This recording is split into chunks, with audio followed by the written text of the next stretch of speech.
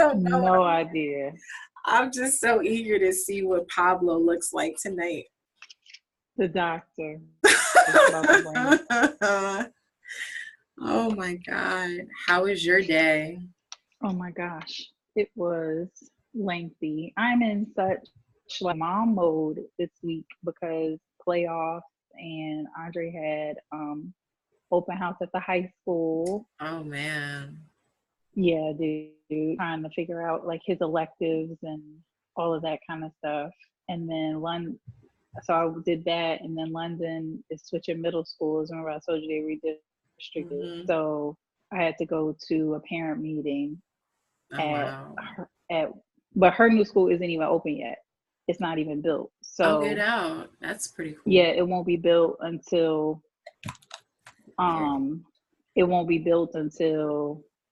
May. So we can't even take a tour. So all we have right now is pictures. So wow. Yeah, it's crazy. And then conference championship is tomorrow night. So, and then state playoffs start.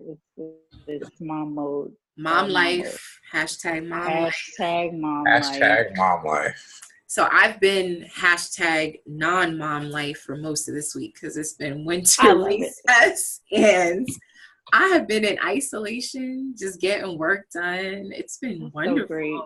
I can't wait. I took off Monday and Tuesday for just that purpose so that I can actually get some work. I'm so excited. Like I can't even fully articulate how excited I am to be off of work, home by myself, working on my business. Just the quiet of it all. Ooh, like, dope. Yeah. I was like, is this what I got to look forward to come September when all of them are in school? Yes. This is what you have to Yes, Lord. About to be lit. I don't know. It's so like it takes programming because I've been from the beginning, like Annalisa was the first one home with me. And so I've always been juggling, mm-hmm. baby feedings and breastfeedings and, all the rest of it being on a call. So it's like when Bryce went to preschool this year, I was like, oh, what does one do with 2.5 hours of their time? I don't know what this is like anymore. It's about to be a damn bacchanal, like. Yeah. Well, welcome back, people, to the Ask Irina Live After Show. It is episode 7. Lucky number 7. How is this even possible? Like, how? It's amazing. It's awesome. I don't even post on my own social media this regularly. I'm so proud. I know. See, teamwork makes the dream work. So I am your host, Janine Truitt, Chief Innovations Officer for Talent Think Innovations LLC, based here in New York. And my firm focuses on workforce planning, digital transformation, and tech advisory. If you're ever interested in what I do at scale, you can find out more at www.talentthinkinnovations.com. And I'm going to turn it over to my co-host. Hello, everyone. I am Sarah Morgan. I am the Chief Excellence Officer of Buzzaroonie LLC, which is a people management consulting and coaching organization based out of Raleigh, North Carolina. Hi, everyone. I'm Dr. Paul McNeil. I'm the founder of MB Usable Security. We look at marketing and cybersecurity analytics and making usable cybersecurity solutions for small and medium-sized businesses. On Twitter, I'm Usable Sec Guy, and I'm just happy to be in the conversation. Aww, Doc. I got a feeling the doctor about to get unhappy though. I know. That's why we got to start off with these extra points before I start trying to wear me down. So I have to say with that the fake news, black men don't cheat. Whatever, man. I have to tell you, your elevator pitch has gotten so much better. Every week it just gets better. I feel like the practice is helping. Like it's just flowing.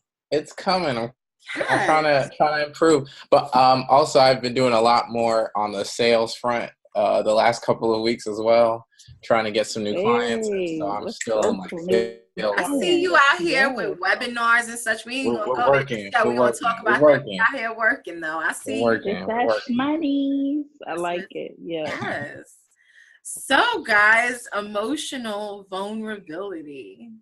Let go. Yeah. Like how much of an issue is this for you? Like, I mean, do you struggle with it?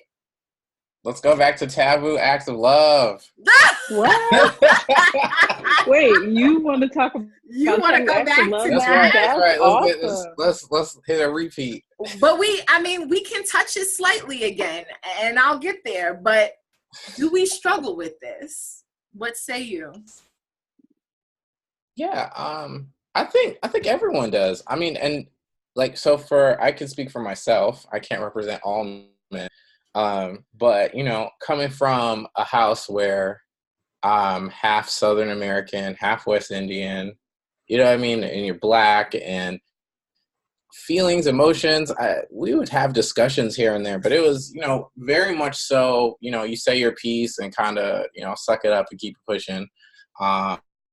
Things are out of your control. You just have to deal with them. And so I think that manifests itself later on, where you're kind of in this mode where you have relationships or you have situations where maybe you don't fully understand what you're feeling, and you're not able to have those excessively deep connections with someone because you don't have those connections with yourself. So how can you hook up to someone else and you're not really in tune with what's going on internally? So that's on that. Definitely, yes. Short answer. But then the question becomes, okay, so now you're aware of this. What do you do at that point? That's the part. That right where, there. like, that's where I get stuck, because I think that there are a lot of, and I know we put you on the spot and asking you to kind of speak for all men, right? But deal with it. So that's why all men. That's why we're gonna just take the stance that everyone don't cheat. We're just gonna take the best of the gender. And so, but what then do you do about that? Like, you've reached this point where you realize that, oh snap, I'm emotionally disconnected. Like, I'm emotionally unavailable to myself, and then therefore to other people. What's the plan from that point on? Because I feel like there's this like this idea that women just have to accept your emotionally stuntedness and unavailability. I feel like that's become the expectation, and that to me is madness. So here, what we doing? And this is where I struggle with it. So, I mean, because you talked specifically about the Black male experience, let's go there, because this is what is much more salient for most of us here, right? I don't know what the white man experience is. I've never dated one, never been married to one. I don't know, but I do know Black men, right? My daddy Black, my brother Black, every man I've dated has been Black. My husband's Black, so there. I get the blockages, right? And a lot of it is passed generationally, right? It stems from like slavery, you know, and just how like Black men had to be, you know, kind of the pillar of strength for their families. And, you know, they couldn't let people see them break. And then I think somewhere along the line, we got different versions of that as generations went on. But like, I'd like to think that in 2019, you know, we're pretty far removed from this phenomenon now, right? We know some things, right? We fuck some shit up, right? And we know what works. Women get equal pay for equal work. Well, no, we're not there yet. We're not there yet. No, but that's what I'm saying. No, I'm saying it's the same. Like, it's the same. It's the same, right? Yeah. So it's like, you know, I guess what I struggle with is, I get if you didn't see it growing up, it's hard to know what that looks like. But then, you know, that to what age do we allow for that excuse? right? If it's an excuse at all. And I don't mean to be pejorative about calling it an excuse, but at what point does a person, male or female, but we're talking male here, wake up, look at himself in the mirror and say, this is failing me. This lack of me being able to be vulnerable is failing me. And more so than that, it's toxic to the person I'm with.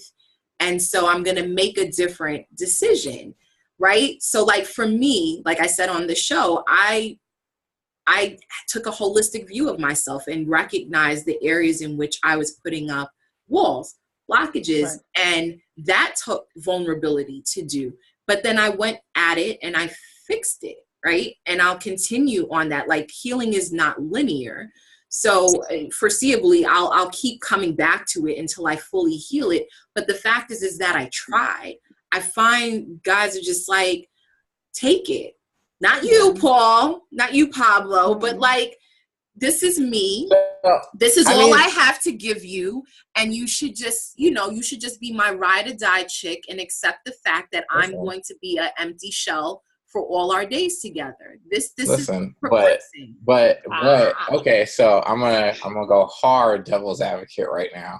I'm gonna go hard. Yeah, the devil don't need no advocate. I wish we had the devil is a lie. The devil is a lie. He don't need no advocate. But no, I'm gonna go hard in this other direction. So a couple of things. So you've got the whole Maslow's thing, right? Pyramid, right, of needs. So you've got oftentimes self-actualization and all those fun things are at the top. A lot of times you just don't have time. Like oh man, this would be really cool if I could dig deep into my feelings and figure out who I am as a person.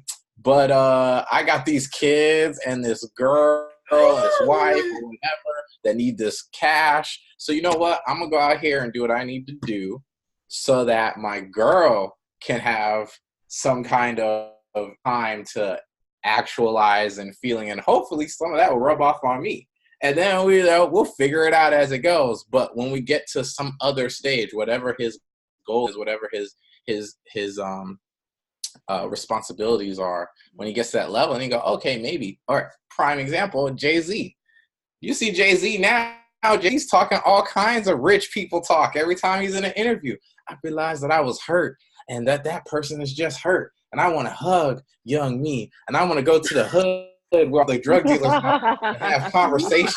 And he was not talking that on Reasonable Doubt because he had certain goals and responsibilities, dreams and desires so it wasn't as high priorities. Now he's chilling. All of a sudden he could go to therapy. He's out here bonding and trying to get forgiveness, putting out apology albums and making money and making makeup albums with his wife. Like, you know what I mean? Like they even get money. I agree. However, that epiphany, that evolution, that transformation happened as a result of Beyonce getting ready to leave that ass, right? So Lemonade was the whole kind of, eulogy for that relationship. She was finna burn everything down to the ground like the good Virgo that she is. And Jay-Z realized he was not about that life. And he wasn't about to lose all that. Right. Yeah, let me not lose my good thing. Right. He did what most of us would love for the rest of the men to do. He perked the fuck up, realized that he needed to get out of his own way, and he did the work. Right. The problem is there's a good portion of other men that, they don't got a Beyonce, but they got a good woman still. And they're still talking about, I don't know. I bring home the bacon. I make sure you take care of. You're going on vacations. Like, what you need? The voice. What you need? What more do you need? I don't know what you asking for. It sound like this young woman man is great voice right now. Is the best. You living life. You sound good. Is she hungry? Is she alone? She living her life. I can't stand you. I'm sorry. Maybe he should go missing for 2 or 3 nights. Maybe then she could have some. I don't know. I guess what I go ahead. So I would challenge it with this, right? Her being in a space where she was ready to leave means that there was some kind of growth and self-actualization on her own part as well. Until Lemonade came out, they were still together. He didn't just start doing stuff when she realized herself, which we always like to talk about. But the reality is, whatever was going on there was going on for some time. And she reached a point where she had done her growth and stuff like that to be a catalyst for him to then go, you know what? I need to do this real work. I need to do X, Y, and Z. However, a lot of times women aren't even in that space. They like to do a lot of like Instagram depth and stuff. And I'm here in tune with my feelings. They don't really be in tune with their feelings, because if their dude showed up and cried in front of them or something, they would be to the next one moving, especially the New York, New Jersey girls. Oh no! No, we're not doing that. No, we're not doing that. But in all seriousness, especially in our communities, there's a certain level of masculinity that I feel when it's truly exhibit. Like if you go under that bar, women aren't always as accepting of that as possible. It's a lot of dudes in the friend zone who are open and emotionally aware, and you're just like, but this dude over here who don't talk to me and don't hit me up and isn't texting me hello beautiful every morning, let me go check out what's going on that side. So you have the what the mind wants, and then you have the reality, right? Yeah. And dudes are gonna do whatever it is to survive. Like if I know I'm gonna get more girls continuing to be more aloof and seeming less thirsty, which everything can be thirst, so like 2010, everything is thirsty, held the door, he's so thirsty, so if that's going to happen, well, what am I working on this for? It's not going to get me the results that I want. So that we've had, I hate throwing generational buckets, but I have to honestly say that I've heard that. That's your I know that's true, but that is definitely your generation, because that's all you for me, I like the more of that, the better. And I think most women my age feel that way. Like I still love a man to hold the door. I expect that. I like that. I don't know where when we got to the point where that wasn't clutch to do, like is to show your affections or to make it seem like you're interested. I don't know when that happened, but yeah, that's definitely a generational thing. And you guys are frozen. I don't know what's going on. You sound robotic right now. Oh no, she's gone. Oh, she came back. She switched. I'm back. So I'm the host now. Wow.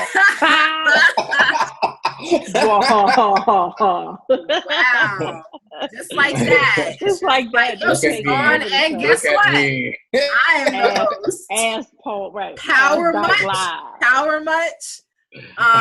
No, everything you say is valid. I mean, I think it's true, to some degree. Yeah, I agree too. I think especially the part about evolution, and I think that for Janine and I, we're speaking from a place of having done a lot of that reflection and the hard, like, healing work. And so you want someone, once you've reached that point, you want to be with someone who is on that plateau with you, because it's such a wonderful place to be, that sense of wholeness and that, complete willingness to just emote, as is necessary. Not that you're like a walking, cry bag, but that you're just not afraid to say how it is that you're feeling. That, to do the work that it takes to get to that space, you just want to share, you want to partner with people, and particularly in romantic situations, with somebody who can match that energy. And when that's lacking, and when there's no willingness for it, it's just like, come on, man, So, but I definitely see what it is that you're saying, as far as, women have to do that too, and have to not judge dudes for it. But I also agree with Janine that's a millennial thing. That's a young thing in general. Like, I feel like our generation had that moment. Everybody wanted a thug, everybody wanted a roughneck. Yeah. So, we had our moment too, but that has passed. And I know I'm probably the only one the only reality TV junkie among us, but not at all. I'm right here. Pablo, Except for right there. Remember, So that's how we started on Twitter. Yeah, do you watch? I don't know if either one of y'all watch Black Ink Chicago. Nah, but, I haven't heard about that one. You about to mess up my whole work week. Yeah. So this past season, if you don't have to go back to the beginning to watch, it'll explain itself. But this past season, like, these are dudes who grew up obviously in Chicago, like South Side of Chicago, like hard hood dudes, tatted, from head to toe. And they are having some of the most emotionally vulnerable conversations about forgiveness for, things that they've done to offend each other in the business, and depression and suicidal thoughts. Like, these are tatted up Chicago, South Side Chicago dudes, and they are just being completely emotionally vulnerable. It's probably like some of the most beautiful shit I've seen on TV. Damn, I might actually watch. I don't even mess with reality TV, but you kind of convinced me. No, there's this season in particular has just been like superb in terms of just their willingness to be emotionally vulnerable with each other as 30-something-year-old Black men. Just bananas. And I've watched it just in awe of just their willingness to be vulnerable. And I hope that other people watch it, only because I think modeling that type of behavior helps people to understand, and never, to your point, Paul, like, never losing the masculinity of themselves in it, but really talking about the difficulties and the deep, dark places, and getting to the path of forgiveness with one another for things. It's been dope. So, I think that it's possible, but I would agree, it's got to be modeled, and, we gotta be in it together. Definitely. So, Paul, I'm putting you on the spot. Oh boy, let's go. I'm ready. For you, for me, what is it? What does it take? What would it take? Like, what are the attributes that need to be present? Like, or what is the fertile soil that has to be present for you to feel like you can go there with somebody? I don't know. That's a good question. So here's my thing. You mentioned this earlier too in your show. I have a huge trust issues, right? I don't trust people farther than I can, come up. So I don't really trust, because I grew up moving around all the time. So we moved a lot, and I was always the outsider, whether there was a small town, whether it was a country, wherever it was. So I was always the outsider. And you can never know. Like, we lived in some places where everybody was related, like on some Beverly Hillbilly stuff. I know a lot of people on that show, but we lived in like some real small towns. So you'll be out here saying such and such, or expressing a feeling or an emotion about someone, and you go, that's my cousin. That's the cousin. That's my aunt. Yeah. That's my this. Or they might not tell you. They just double back. And the next thing you know, now you got to face a couple of people at the core, or wherever the case is, like a whole thing. Right. So I'm always very, very hesitant to reveal stuff about myself in general. So that for me, that would just be taking the time to, like, just getting to a space where I guess I felt safe enough to move to that kind of place with someone. I'll do a lot of self-work, but in terms of relying on someone else or really trusting, that just takes time. I'm pretty slow to do that. When I do it, if there's too much, I guess, like, if I feel like you're judging or it's going, and then I'll close back up and just like, all right, it's all good. We don't need this for real. I'll wait till I get my Jay-Z dollars to come out with my feelings, and I just retreat. You know what I mean? I'm not in any rush. Like, Jay-Z seems like he all right. He doing his thing. I'll wait till then. And so, and then also my focus, and that was one of the reasons why I mentioned that, is my focus is on other things. So I may notice it, and I may read and try to, like, really understand myself here and there, but during what time I'm trying to do this or do the other, or I'm trying to put deals together or figure all these other things out. And I think that that's another reason why it's interesting that women reach that point sooner. I mean, I think society has allowed y'all to have a head start with it as well. Like, as you said, like even down to like well, you're a big boy, don't cry. And, you know, a girl can cry it out and do whatever she's got to do. So you've got literally all these pre-years in the game before you hit the point where you go, you know what? I need to understand myself in that way. Also, even when you didn't fully understand yourself, it was okay to emote. And so you have a lot of guys that are like hitting 25, 26, like maybe I should think about emoting. So by the time you got 10 years, you're 35, 40, and you're now thinking about it. You know what I mean? And so you've got that, you've got to account for that, that disparity also. Yeah. So it might seem slow, but it's really like when you look at those pre-years where it was okay for you to emote before you knew why you were emoting, you got kind of had a head start. And then we're just ill like that in general too. Yeah, I mean, you know, you can say magic. That. I'm not trying to. I want to do business with people someday. Hard deal. Respects women. All right. You know, I'm out here talking about no difference. Hard deal. Respects women.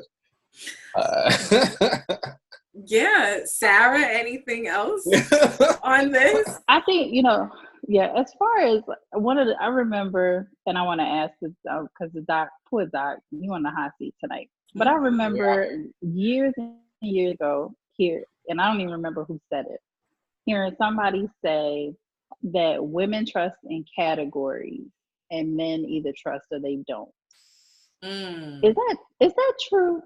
Is that really true about men? Like, I believe that women do trust categorically. It's like, I trust you with my money, but I'm not gonna leave you around my man. You know what I'm saying? Like, it's levels to, right. like it's levels to this shit. Yeah. But in my experience, I do find that men either 100% all the way trust you, or they just can't trust you at all. Is that accurate? I don't know. That's interesting. I'm trying to think about it. I mean, I know that there are people that I trust for certain things. But it may be all or nothing. I mean, when I really think about it, because like I said, a lot of times it's one of those situations where you don't open up very quickly. So by the time you have done it, you're like, oh, you already made it through all these different barriers, we in there. And then when you mess it up, you're just like, I'm good. I was already iffy about this whole opening the gate situation anyway. So I think that's part of it. And then the other part, at least I know the way I think about it is, I just know a lot of dudes. I just know a lot of grimy dudes. So I know that if you do this small little thing here, you're looking for weakness, you know, like it. And if you find a chink in the armor, you're going to take the whole thing. You know, if I give you an inch, you're going to get a mile. You're going to try to take a mile. And so because I don't feel like dealing with the additional yardage, I'm just going to go ahead and shut it down, you know, half a ruler in, and we good. Right. Wow. Straight grind. Because I don't want to deal with what you're probably going to go ahead and do, or I've seen you do to other people. Yeah. Because a lot of times, I don't know. I just feel like because a lot of guys aren't self-aware and a lot of us aren't, society doesn't accept it, right? And it takes us longer to get there and stuff like that. We don't care about it. So if I know, like, oh, I'm trying to do this thing and grow as a person, but I know that my peers are not trying to make those moves right now, that means that you're moving and we're playing by different rules. That's almost like an all or nothing situation right there. Because the game doesn't hurt the player until he stops playing.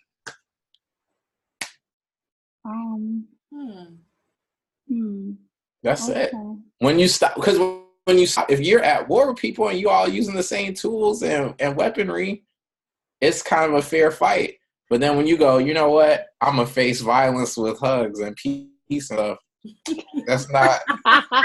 When you get home, you have to be cool with that, but it's not the same. Being, you know, so if you find yourself around a lot of warriors and you trying to write sonnets, it's not gonna rock out. Well, you find yourself in a bit of a purgatory because what's happening, and I've seen this with some of my male friends, my advice is you are straddling two different frequencies, right? Mm-hmm. So you want to be vibrating higher, but you mess with low frequency, low hanging fruit, low frequency dudes and low hanging fruit women. And when that happens, you're going to always revert back to the lower density. It's easier, right, to live there, right? And so you almost abandon by proxy any progress you could make. So but like with women, it's a little bit different. Like for me, I know, like, as I've been going through my own evolution, it's been about like 4 or 5 years now. I just shake that low density. So when you're gone, you're gone. Like, it's just like, I have no time for the purgatory. And then suddenly my experiences in the world and all of that gets light and fluffy, and I end up attracting, the Sarah Morgans of the world and all these other great people, and it's wonderful. But I find like men struggle again because there's this camaraderie that you have to have as a man, right? And so if your main partners are out here being low frequency dudes or grimy, as you say, right? The inclination is, let me straddle a little of the griminess because I need the camaraderie. I can't you gotta keep it real. I can't be a lone soldier out here, writing poetry on clouds and them on swans and shit. I mean, I think part of it is true. I think you're onto something with the like you're in this weird balancing space. I mean, I experienced that, and I'm hoping it kind of translates, but I experienced that when I like got my degrees and stuff, right? Because I went straight through. So I went from one day where I could say any joke that I wanted about whatever to people in my group looking at me differently because now I have a PhD. Same age. I said the same joke 6 months ago and you were rolling, but now I say it and it sounds like I'm being condescending. Now I say it, and it sounds like, wow, what's the situation? Or we're having jokes about, this is a lie. This is an after show. So we would have some jokes about one of my friends. This happened. He had a situation where he thought that this girl had gotten pregnant, and we're cracking jokes because while that is not a serious thing, while that's a serious thing and not funny in general, this particular young man had a habit of getting in this situation all the time. So this is after an extensive period of like, come on, bro, what are you doing? So when it happened this time, we're just like, again, good for you. I hope she keeps it type of deal. So he went down this pathway of like, oh, well, what would you do, Paul, if you're in this situation, da-da-da-da-da? I was like, I would get a job. And he was like, you can't raise a whole family only on part-time work at Taco Bell and such and such and such. And I was just like, I mean, we clown and stuff, but I go get a job, I'm going to be able to like provide for family with benefits and whatnot. Like I'm on this different little situation. And it took that like little moment for me to be like, yo, I cannot move in my career the way that my boys are moving right now, because this dude is moving with like I'm trying to get on to manager mentality. And I'm like sitting up here with these degrees trying to run something completely different. And so I think that you do have to hit that point, even emotionally, I'm guessing, in that space, the same kind of way.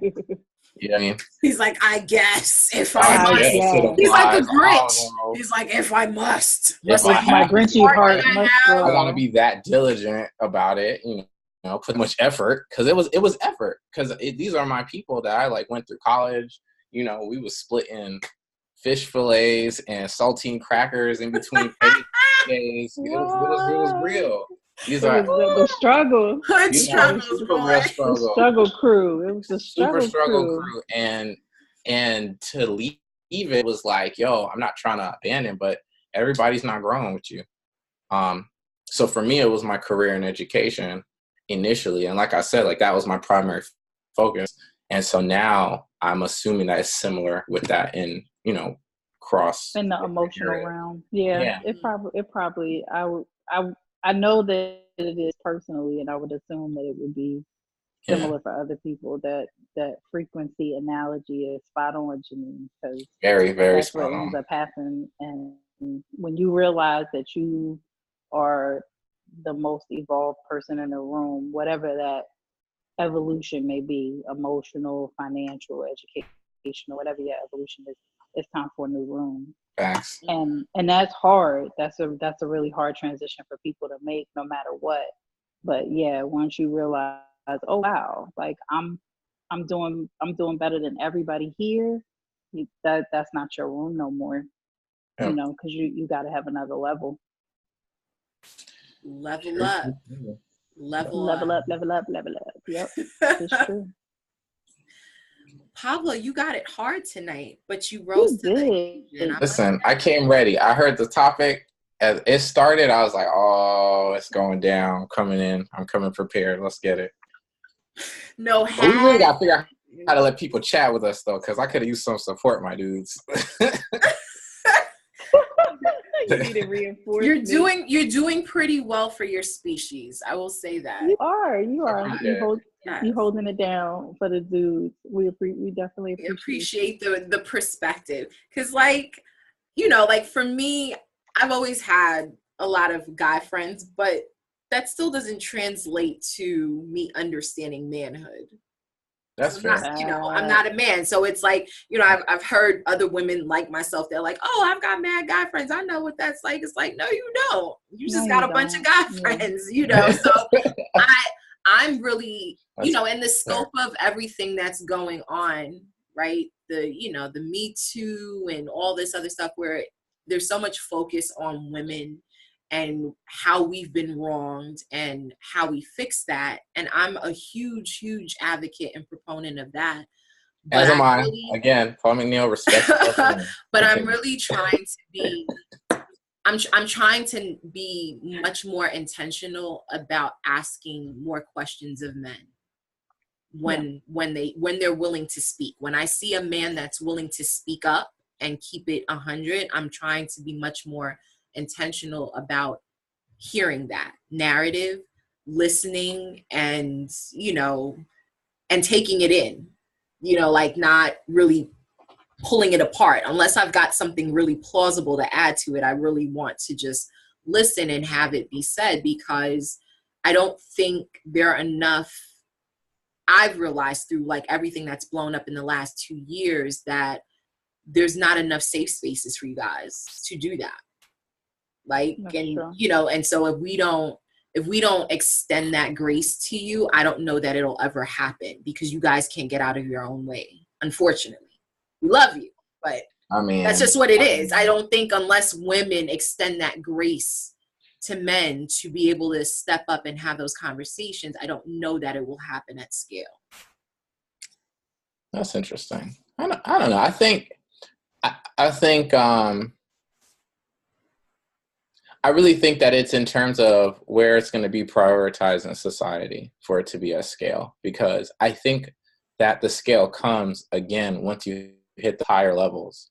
I think we as a society train men to be providers and, you know, warriors or whatever the case may be. And so every guy has certain things in their mind kind of locked down before they're like, okay, I'm going to try to have a kid now, or okay, I'm going to try to get married, or whatever the case may be. Even the dude who's, you know, holding down the EBT card only, he got some kind of goals together of some kind where he would be like, oh, at this point, I'll make this move. And so, oh God, I think where society on a whole needs to come together is on moving, like training the next generation that you can think about these things sooner than later. Because we don't like have that a lot of right now, and it takes getting to a certain other checkpoint, and you go, oh, this guy over here, you know, him and his girl, they be having these real cool conversations, and she didn't like lose it. He was like, oh, her butt's fat. That's okay. I was like, oh, okay, maybe that's something I need to. Maybe I should be cool and expressing myself too. You gotta have the right one, but you know, same difference. It's a balancing act though. So I think part of what we never talk about, and I guess it gets placed in the whole Hotepian manual is this idea that we all possess both feminine and masculine energies, right? True. And so it's all spectrum. So basically, when you see, like, you know, there's the talk of like the alpha woman. I would consider myself she, right? Part of what I had to come to terms with in terms of how my relationships were stacking for me was how much of that masculine energy actually needs to show up in my personal relationships. So the masculine energy served me grandly, right, in career, because that energy is what propels you ahead. It gives you laser focus and you're able to go and get shit done. But as a woman, and wanting a man to step up to the plate and dote and do all the things that a woman would want a man to do, you don't get that when you show up alpha.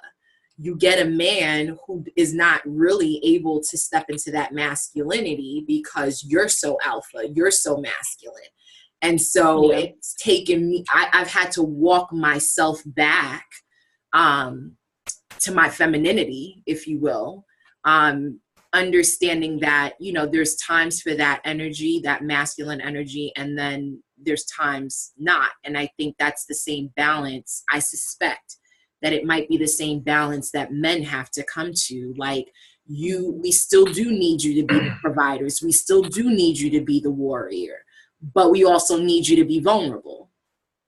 And the two don't have to be mutually, you know, exclusive. Like, they could live in the same space, maybe not at the same time, but it's okay for you to be both. Like, in other words, we don't need to sacrifice one for the other. And I think that takes time and a lot of like active conversation. And I know we talked about this before I think it came up last week in our Taboo Acts of Love conversation about the change, about marriage and the institution of it. And whether that's marriage in the traditional sense or just some form of long-term partnership, over time you have to figure out what that proper balance is for you and the person that you're with, because some shit just practically doesn't work. And if I can only dial myself back so much. So in order for us to find balance, like it's just a dance that you have to keep adjusting until you reach a point where it flows. And then at some point that could, there could be another evolution of you or the other person, and you've got to adjust that again. I don't think it's as easy. I'm not sure it ever was easy, but I don't think it's as easy nowadays to find someone who's willing to re-choreograph their life around you as it was 40, 50 years ago. I'm not sure that it ever was easy. I just think women in particular have more options than they did before, because most of us work outside the home.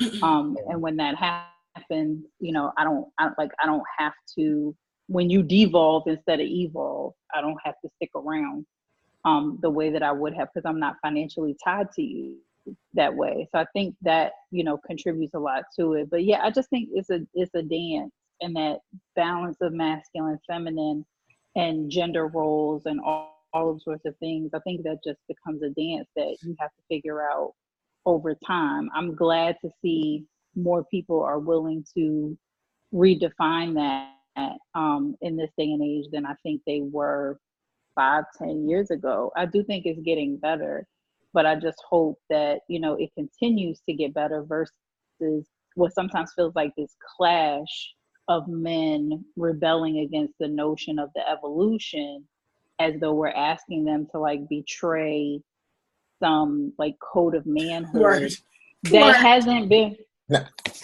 worked for them. That hasn't worked for them in the history of ever. So that's not true. If you watch Mad Men, white men were winning. Again, we don't. I don't know nothing about.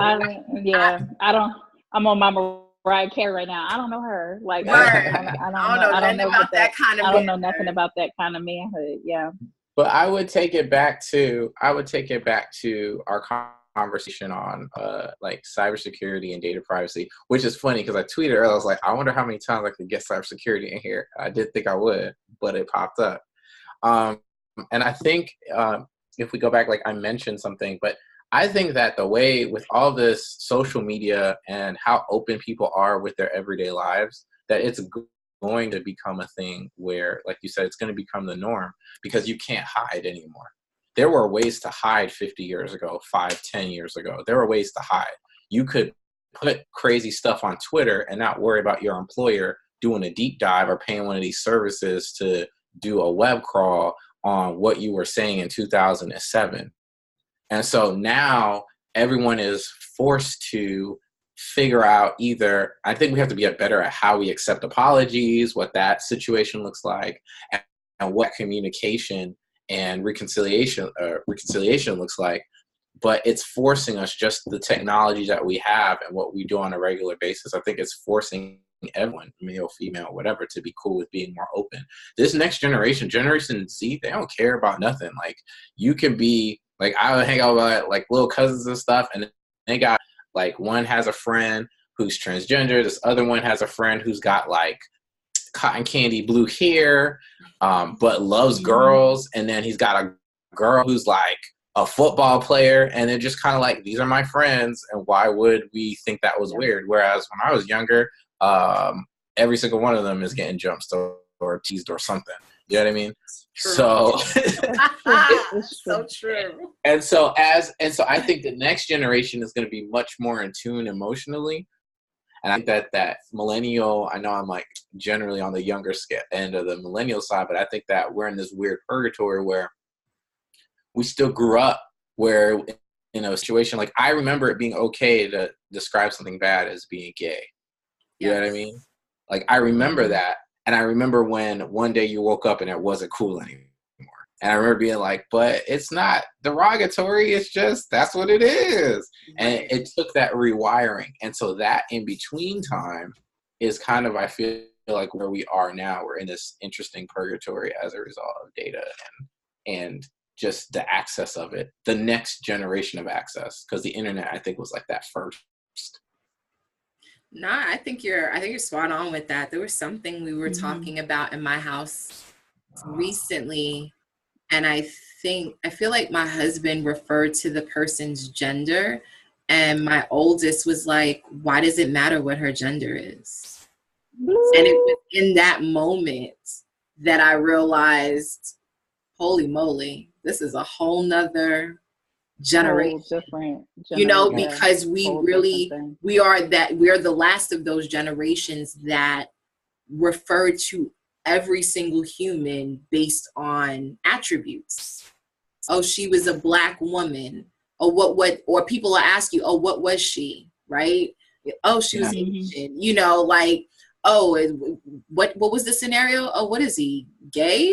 What's up with that? You know, especially Paul, you know this in West Indian culture. I mean, we haven't caught up with the rest of the world, where those sorts of things are concerned, you know. So there's a lot of things that, you know, a guy could do in which, you know, they'll be called all sorts of nicknames that I won't mention here, but you know, so I mean, that you're so right. Also respects the LGBT community. Just gonna throw that out there as well. We're just trying to... Well, look, you do that.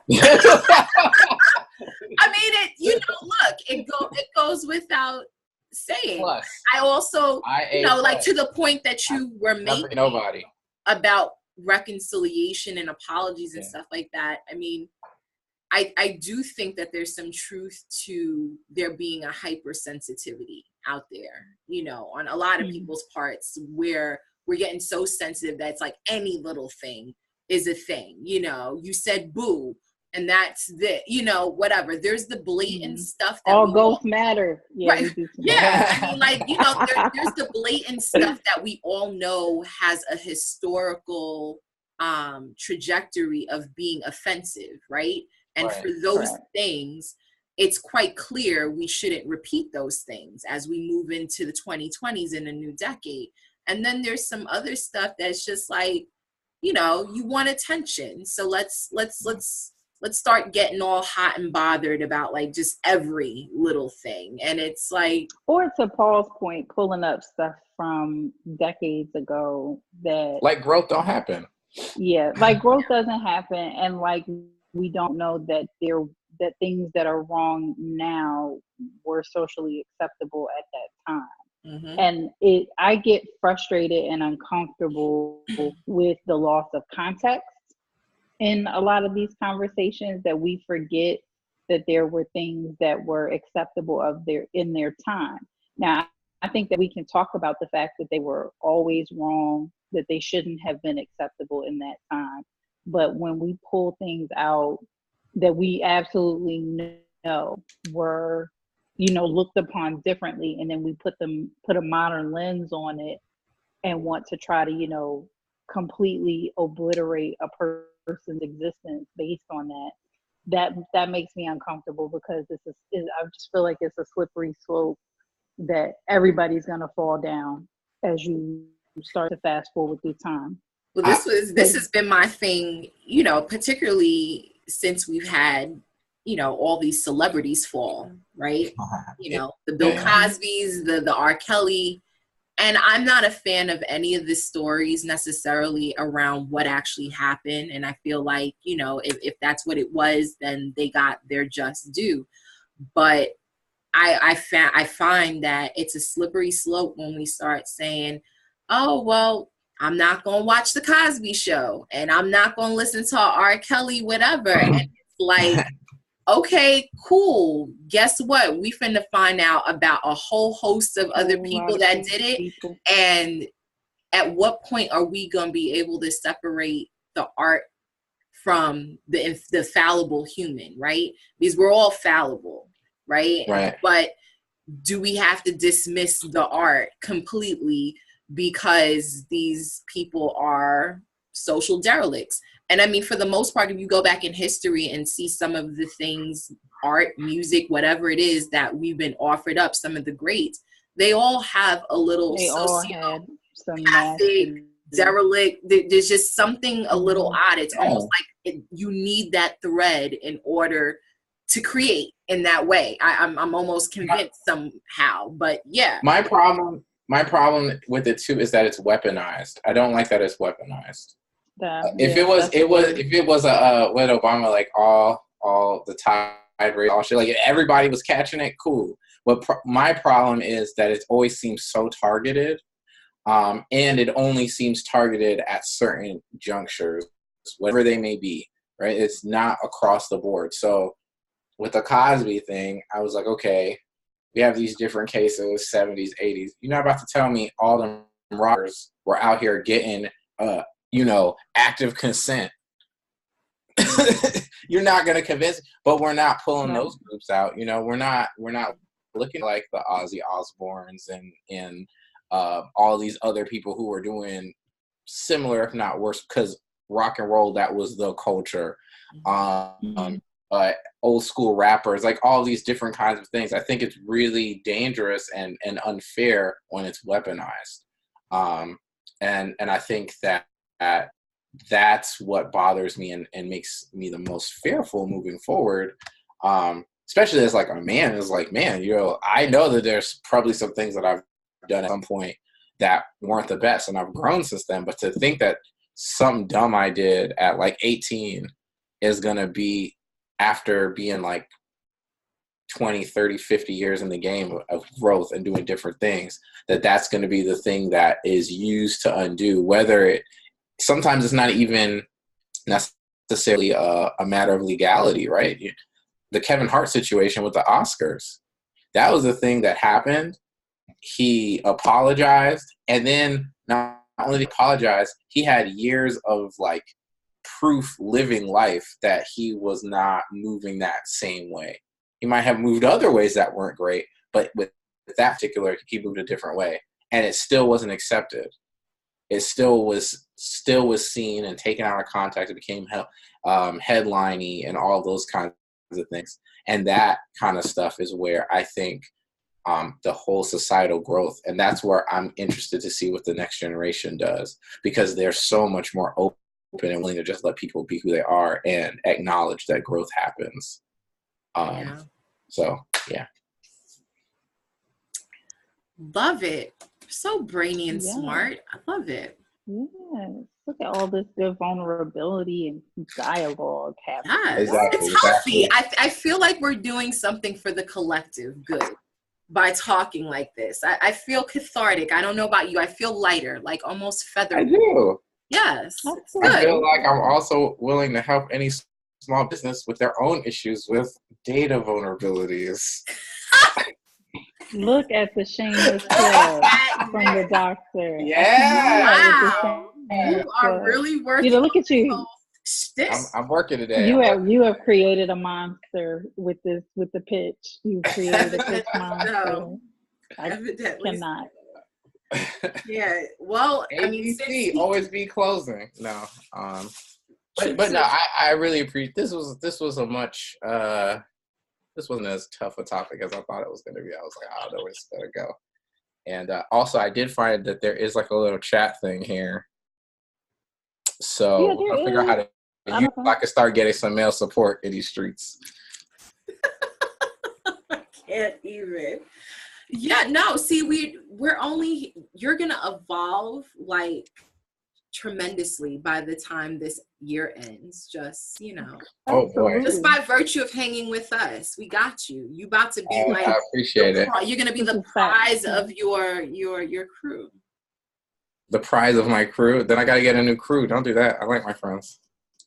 But they may not be going where you're going, pertinent to what we talked about. I know. Listen, your vibe attracts your tribe. That's real. That's real. True. That's real talk. That's real talk. I think that's across the board. That's across the board. Totally. So is that all you have to say about your sales pitch? What else you got going on, Good Doc? Don't you want to? Oh, that was a joke. The webinar. But I do have a webinar coming out on Tuesday, hosting a live webinar. We're talking about how we can use cybersecurity in our marketing plan to help increase sales. So you're going to get some ROI on the money that you spend to protect your data. So it's not all pointless. It's not all just hoping and wishing and put it off till later. You can actually use some of those dollars and stretch them in the marketing space. Nice. Love it. Yeah. Still Black Blogs Matter over here. We got about a week left to go on the microblog challenge and the whole month of March on the writing and vlogging end of things. And I'm looking forward to the topic in March because we start to get into more specifically Black women and our place. Ooh. Yeah, so we're doing double duty. We're going to do some women's history and we're going to do some women's related topics. So I'm excited about that. And then my podcast will be launching within the next 7 days. So Leading in Color podcast on Instagram, Leading in Color on Twitter and Facebook. Follow me at the Buzz on HR for all of these updates. 2019 is shaping up wonderfully. So let's go. I'm with it. Let's go. Lovely. Lovely. What is going on in my corner? Well, we have a sponsored show next week. Yes, come on, sponsors. Sponsorships. What? Yes. I have put in the grit and the work to get these things. It's a beautiful thing to have a nice little sponsor. So we'll talk like, human performance and get a little higher level than human performance. Yay. I know nothing about that. I'm going to talk real ignorant next week.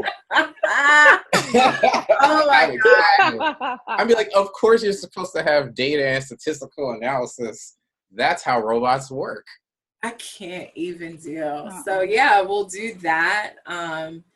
Today, funny enough, I had I'll have to tell you about it, Pablo. I had a good meeting with a development team here in New York. Nice. Okay. I feel like, sometimes